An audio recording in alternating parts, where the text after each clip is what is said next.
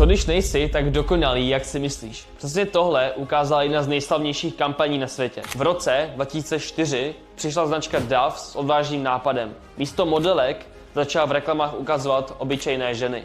Žádné retuše, žádné nereálné ideály, jen skutečné postavy, tváře a úsměvy. O pár let později natočil video Evolution, kde ukázal, jak se z obyčejné ženy stane supermodelka díky make-upu a photoshopu.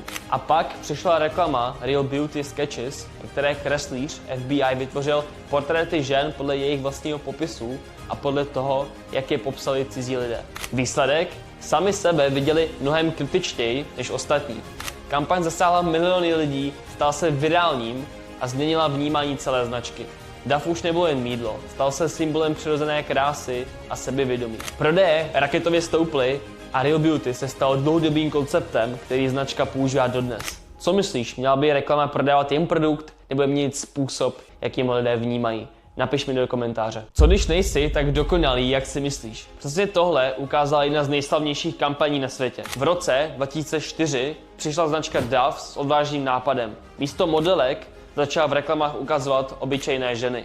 Žádné retuše, žádné nereálné ideály, jen skutečné postavy, tváře a úsměvy. O pár let později natočil video Evolution, kde ukázal, jak se z obyčejné ženy stane supermodelka díky make-upu a photoshopu. A pak přišla reklama Real Beauty Sketches, ve které kreslíř FBI vytvořil portréty žen podle jejich vlastního popisu a podle toho, jak je popsali cizí lidé. Výsledek? Sami sebe viděli mnohem kritičtěji než ostatní.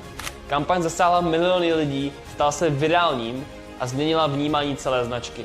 Dove už nebyl jen mýdlo, stal se symbolem přirozené krásy a sebevědomí. Prodeje raketově stouply a Real Beauty se stalo dlouhodobým konceptem, který značka používá dodnes. Co myslíš, měla by reklama prodávat jen produkt nebo měnit způsob, jakým lidé vnímají? Napiš mi do komentáře.